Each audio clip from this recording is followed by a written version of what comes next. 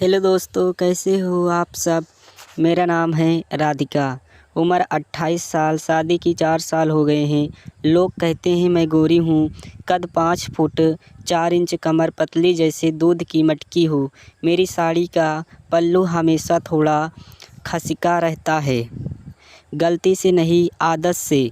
मेरे होंठ गुलाबी, आँखें काजल से भरी, बाल लंबे और घने, जब खोलती हूँ तो पीठ तक लहराते हैं।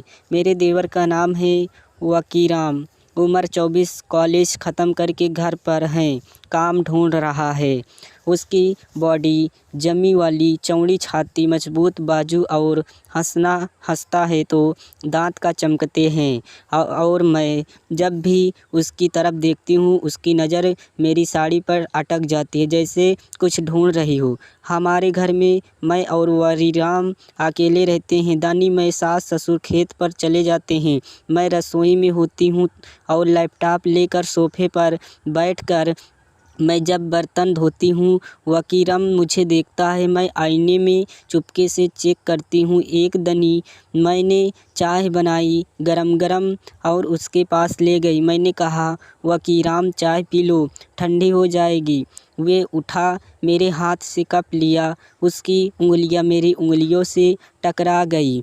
मैंने मुस्कुरा कर कहा, कतनी गरम है ना। वे बोला, हाँ भाभी, बहुत गरम है। मैंने आँख मारी, चाय की बात कर रही हूँ। वे हंसा। मैं भी उस दनी में। मैंने नई साड़ी पहनी थी, लाल रंग की पतली वाली, जो शरीर से चपकती है। मैं उसके सामने से गुजरती, वहाँ हवा चली, साड़ी का पल्लू उड़ गया। वे देखता रहा। मैंने कहा, क्या देख रहे हो। वे बोला, भाभी तुम्हारी साड़ी बहुत अच्छी लग रही है। मैंने कहा, साड़ी या मैं। वे चुप रहा, बस मुस्कुराया।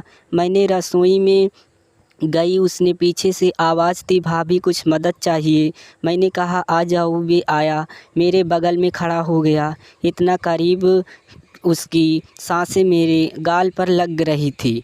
मैंने सब्जी काटी हुए मेरे हाथ देखता रहा। मैंने कहा, करीराम तुम्हारी उंगलियों कितनी लंबी है। वे बोला, हाँ काम आती है।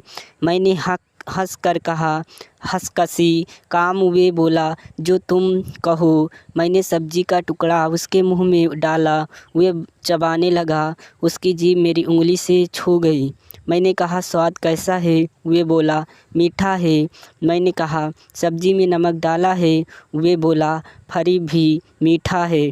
शाम को मैं कपड़े धो रही थी, बालकनी में वे आया, बोला, भाभी मैं भी धो दूँ। मैंने कहा, तुम्हारे कपड़े। वे बोला, नहीं तुम्हारे। मैंने हंसकर कहा, मेरे कपड़े तुम धोगी। बोला, हाँ हाथ साफ है। मैंने अपनी साड़ी का आंचल उसे पकड़ाया, बोला, ये धो दूँ। और वे आंचल पकड़कर खींचा। मैं हंस पड़ी। वे बोला, भाभी तुम्हारी साड़ी गीली हो गई।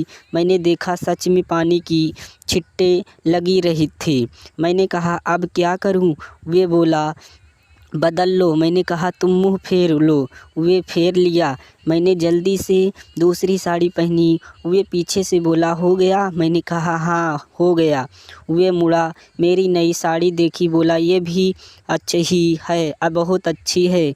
मैंने कहा, तुम्हें हर साड़ी अच्छी लगती है। वे बोला, तुम में अच्छी लगती है।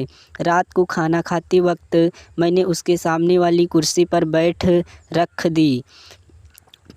दी। दाई मेरी पायल बज रही थी। वे देखता रहा। मैंने कहा, वरीराम तुम्हारी प्लेट में क्या है। वे बोला, रोटी सब्जी और तुम्हारी नज़र। मैंने हंस कर कहा, खा लो। वे बोला, पेट नहीं भरता। मैंने कहा, क्या चाहिए। वे बोला, तुम्हारी मुस्कान। मैंने मुस्कुरा दी। खाना ख़त्म हुआ, मैं बर्तन धोने गई। वे पीछे पीछे आया। मैंने कहा, सो जाओ। वे बोला, नींद नहीं आ रही। मैंने कहा, क्यों। वे बोला, सपने आ रहे हैं। मैंने कहा, कैसा सपना। वे बोला, तुम। मैंने कहा, मैं सामने से क्या कर रही हूँ। वे बोला, वही जो दनी में करती हो। मैंने कहा, मतलब। वे बोला, मुस्कुराती हो। मैंने कहा, बस।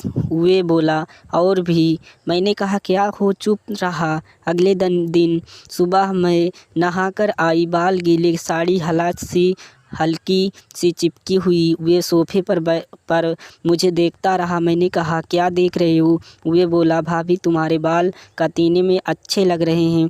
मैंने कहा, गीले हैं। वे बोला, ऐसे ही अच्छे हैं। मैंने तौलिया से बाल पोंछ कर कुछ बूंदें उसके चेहरे पर गिरा। वे बोला, ठंडा। मैंने कहा, गरम करने के लिए क्या करूं? वे बोला, करीब आ जाओ। मैंने करीब गई।